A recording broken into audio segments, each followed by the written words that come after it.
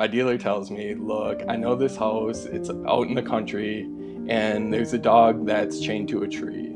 So I was like, all right, I'll check this out. I'll see what's going on. As I'm pulling out, I'm out in the middle of the country. Like I see this old dilapidated farmhouse and I'm like, okay, I think this is the place. And sure shit, as I'm pulling up the driveway, here's this dog chained to a tree.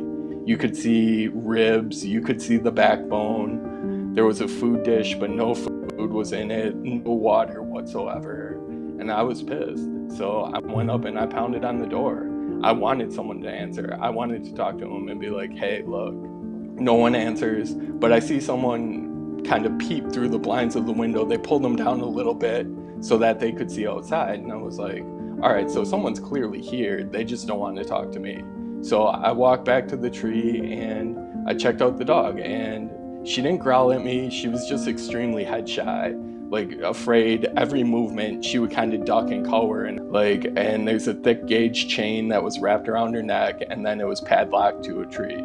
If I leave this dog here, she's gonna die. So instead of going home, I went to a hardware store and I picked up a bolt cutter, and I decided, okay, I'm gonna go back to the house, try to talk to them again, and even offer them money. So drove back to the house, banged on the door once again, tried to get someone to come outside. No one would answer. And I was like, all right, fuck it. So I went to the tree and I had bought some McDonald's on the way because that's a healthy lunch, you know. But It's anyway, a bought some lunch. McDonald's yeah, exactly, on the way there. And I had some fries left over. So I kind of baited the dog with some fries. Well, I got the bolt cutter around the chain on the tree, and I was a big guy, so I made easy work of the chain and got her unchained.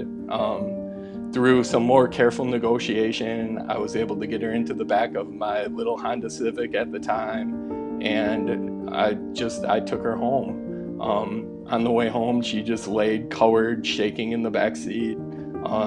You could even see like she had mites, and there were like these little like critters basically jumping off of her onto the seat of my car. And I'm like, oh man, this is gonna be a lot of work, but I didn't want to leave her there. I couldn't leave her there. Like my heart just wouldn't let me.